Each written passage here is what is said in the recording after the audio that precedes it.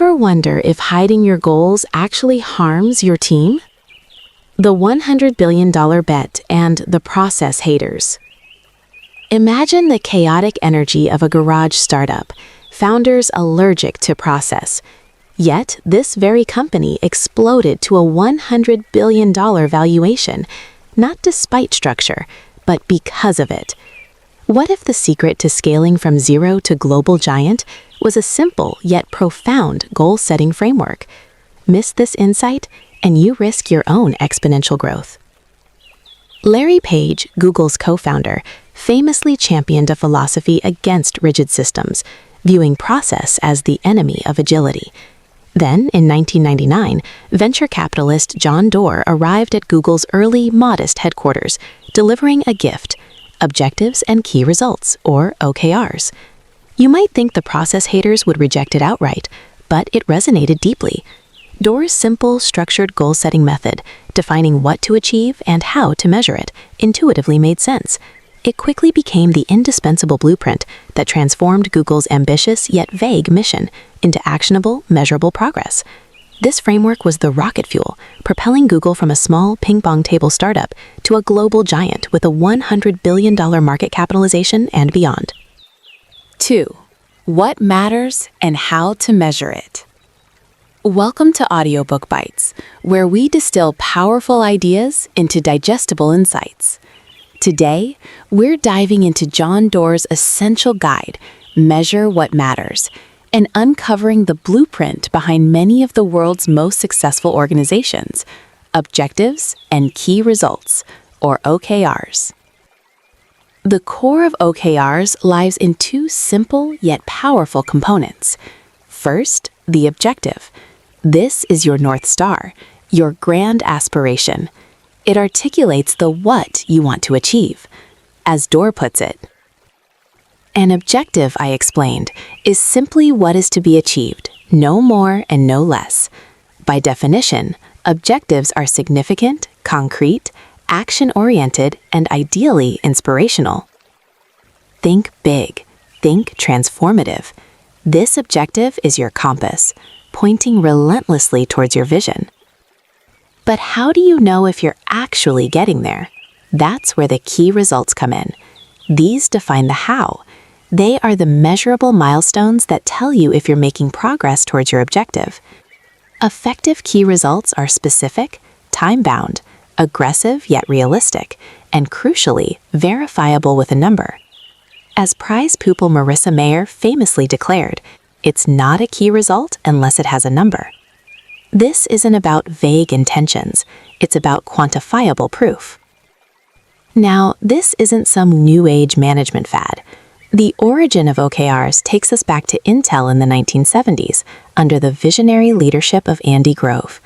He wasn't just building microprocessors, he was building a system for unparalleled achievement. Grove's philosophy was a radical departure from the norm. He famously declared, "It almost doesn't matter what you know. It's what you can do with whatever you know or can acquire and actually accomplish that tends to be valued here." For Grove, execution was everything. He understood that knowledge without application is sterile. You might be thinking, aren't goals dangerous? Don't they sometimes lead to tunnel vision or worse? And you'd be right to ask. The Harvard Business School even published a paper called Goals Gone Wild, highlighting how goals can cause systematic problems like unethical behavior and narrowed focus. But the problem isn't the goals themselves, it's how they're designed and deployed. Therefore, Doerr's OKR framework provides the disciplined antidote, a clear, purposeful structure that prevents fuzzy thinking and execution. Imagine waking up tomorrow with a crystal clear understanding of your team's top priorities, knowing exactly how your efforts contribute to the big picture. That's the power of OKRs done right. They're a vaccine against fuzzy thinking and fuzzy execution. The bottom line? Ideas are easy. Execution is everything.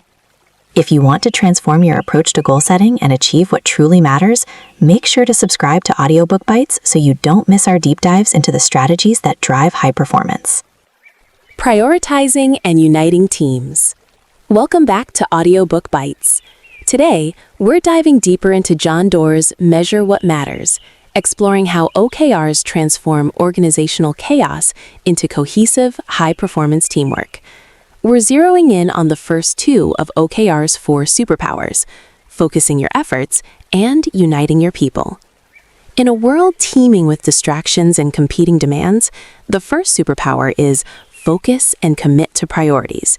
It's about making those tough, disciplined choices about what truly matters most. Think of a startup: limited resources, endless possibilities. How do you decide where to direct your precious energy? Consider Brett Koff, co-founder of Remind. Brett's personal journey with ADHD gave him a unique appreciation for focus. When building Remind, an educational communication platform, he faced a barrage of good ideas. Everyone had a feature they wanted to build. But good ideas are everywhere. The challenge, as John Doerr often emphasizes, is that ideas are easy. Execution is everything. Brett realized that to make a real impact, to connect teachers, students, and parents in a secure, efficient way, they couldn't do everything. He had to distill their efforts into core educational communication. OKRs provided the framework. By clearly defining their objectives, the what, and key results, the how, they committed to a handful of priorities, even if it meant shelving other promising features. This disciplined focus allowed Remind to overcome its early challenges and ultimately serve millions. It was a testament to the power of making deliberate choices and sticking to them. But focusing isn't enough if everyone is pulling in different directions. This brings us to OKR's second superpower: align and connect for teamwork. Imagine a rowing crew. If each rower sets their own pace and direction, the boat spins in circles, expending immense energy but going nowhere. OKRs ensure everyone is rowing in sync towards the same finish line. How? Through public, transparent goals. Take the MyFitnessPal story.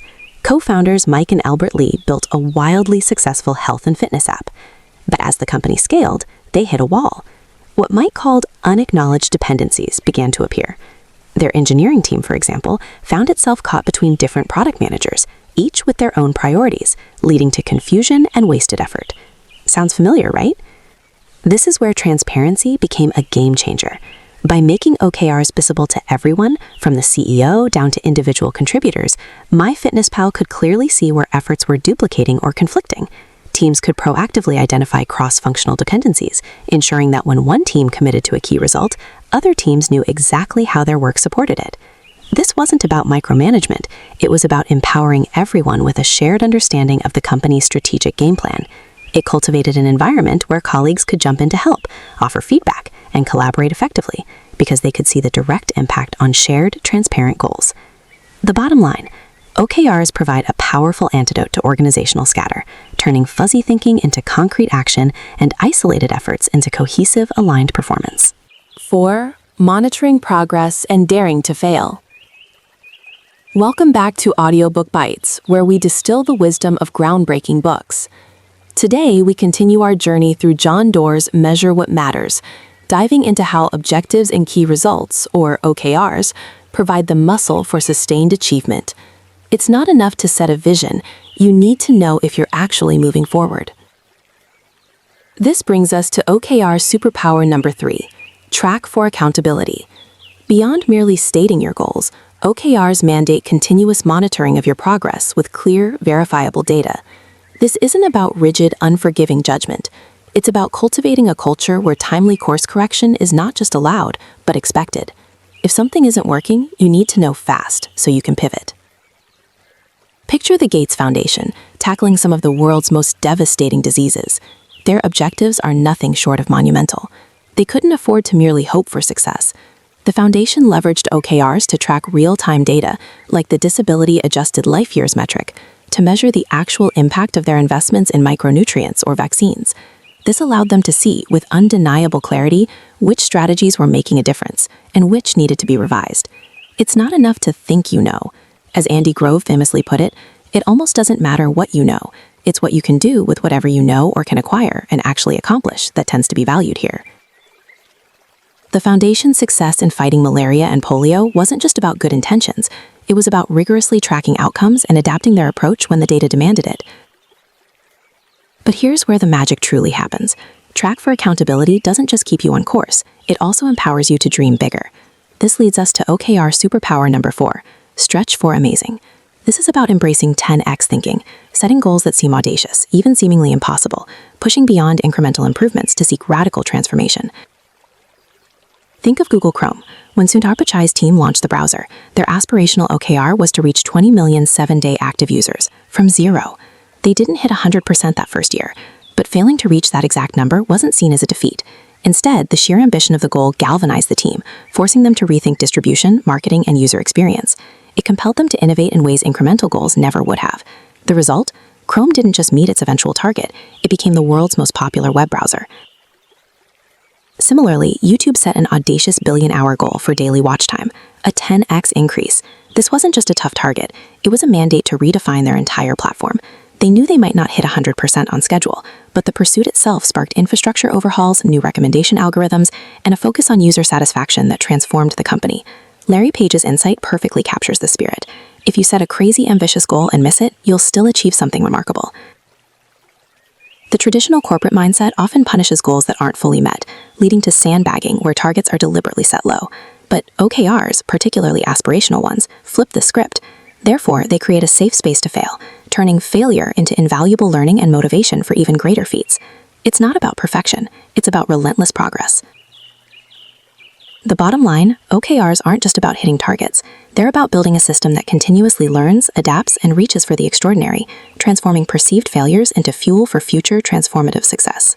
If you're eager to unlock the full potential of your goals and lead with clarity and ambition, subscribe to Audiobook Bites so you don't miss our next deep dive into transformative leadership strategies.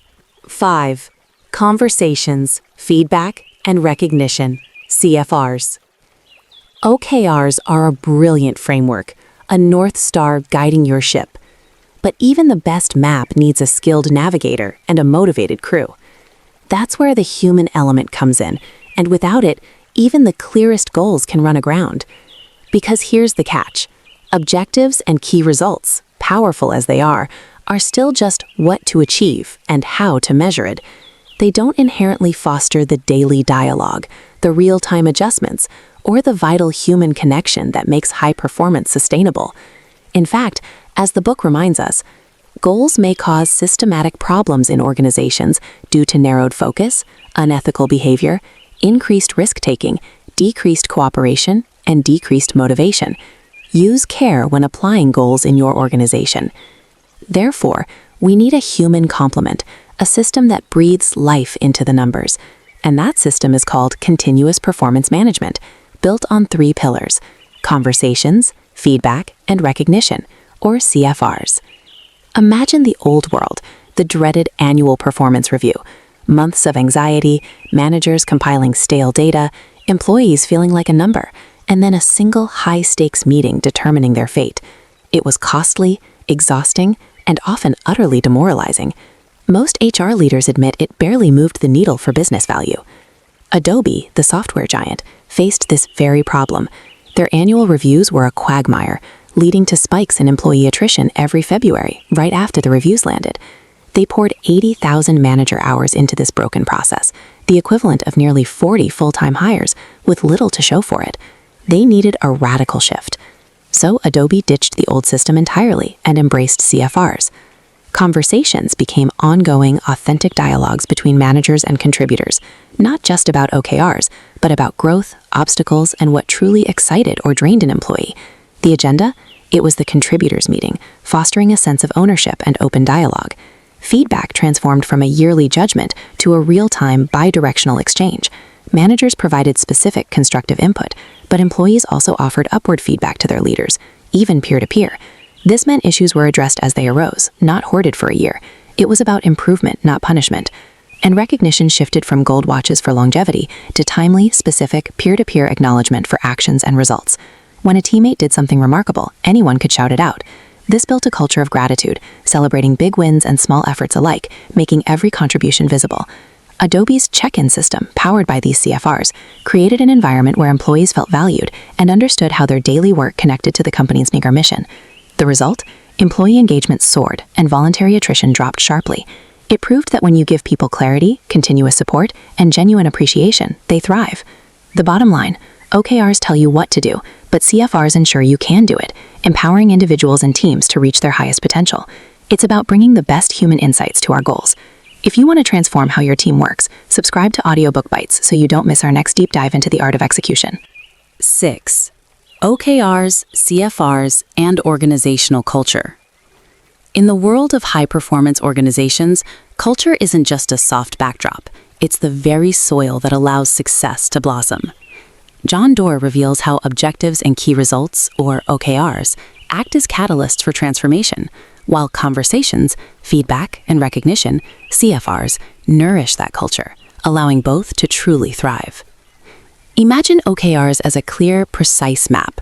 They promote transparency, showing everyone exactly where the organization is headed and what each person needs to do.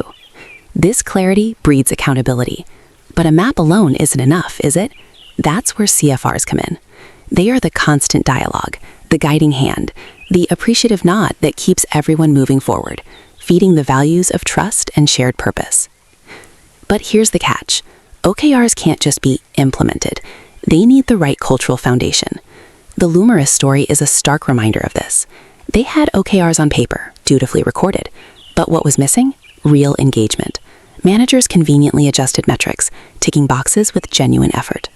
This wasn't actual execution. It was window dressing. You might be thinking, how could a system designed for clarity fail so spectacularly? The goals were there, but the underlying culture lacked accountability and trust. Therefore, a cultural makeover was needed before OKRs could truly take root. Lumerus realized that Andy Grove's profound wisdom was true. It almost doesn't matter what you know. It's what you can do with whatever you know or can acquire and actually accomplish that tends to be valued here. They shifted focus from superficial compliance to deep-seated cultural change. They rebuilt trust, fostered genuine accountability, and trained leaders to have honest, two-way conversations. And what was the outcome? Once those cultural barriers were dismantled, the OKR system transformed from a bureaucratic exercise into a powerful engine for success. Conversely, Bono's One campaign offers another powerful perspective. Here, OKRs were deployed by a charismatic leader to drive an already ambitious mission, but the mission itself needed to evolve. The shift wasn't just about working on Africa, a top-down, aid-focused approach, but about working in and with Africa, empowering countries to develop themselves. This demanded a philosophical shift, fostering fact-based activism and deeper collaboration.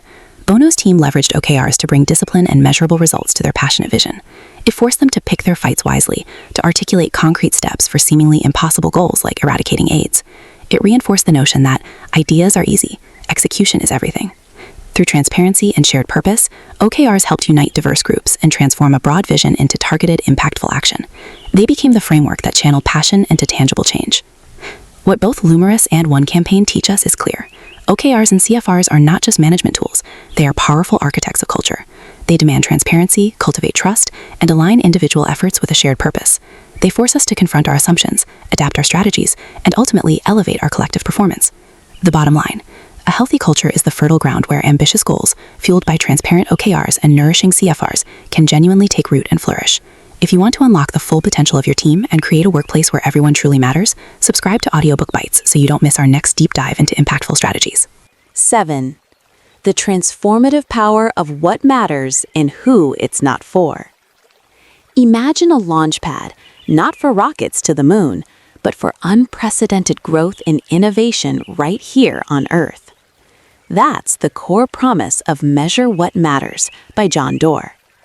This powerful book reveals OKRs, objectives and key results, paired with CFRs, conversations, feedback, and recognition, as a dual system capable of transforming everything from tech giants like Google to global nonprofits and even elementary schools. We've seen how these frameworks fuel remarkable achievements, helping Google organize the world's information, empowering Bono's One campaign to save lives in Africa, and enabling robotics-powered pizza companies to deliver perfection. It's a blueprint for clarity, accountability, and a culture of continuous improvement, enabling organizations to achieve the seemingly impossible. As John Doerr himself puts it, ideas are easy, execution is everything. This system is built for action, for turning grand visions into tangible realities. But here's the truth. This journey of structured goal setting and continuous communication is not for everyone. You might be thinking, could goals themselves be dangerous? The book acknowledges this, reminding us of the caveat. Goals may cause systematic problems in organizations due to narrowed focus, unethical behavior, increased risk-taking, decreased cooperation, and decreased motivation. Use care when applying goals in your organization. This powerful warning highlights that while goals are vital, the way we pursue them is critical. So who is this system not for? It's decidedly not for those unwilling to embrace radical transparency, where everyone's goals are visible and progress is openly tracked. It's not for those who resist disciplined execution or continuous learning from both successes and failures. As Andy Grove wisely noted, it almost doesn't matter what you know. It's what you can do with whatever you know or can acquire and actually accomplish that tends to be valued here. This system demands action and measurable results, not just good intentions. This isn't for leaders who prefer ambiguity over measurable outcomes or who resist empowering their teams with clear goals and consistent feedback. It's not for those clinging to the status quo, fearful of big, audacious bets, or the honest conversations that uncover true roadblocks. This system demands conviction, deep commitment, and a genuine desire to push beyond what's comfortable. The bottom line, OKRs and CFRs aren't just tools. They're a mirror reflecting your true commitment to what truly matters and a magnifying glass for your team's collective potential. If you want to keep unlocking powerful insights like these, subscribe to Audiobook Bites so you don't miss our next deep dive in transformative strategies.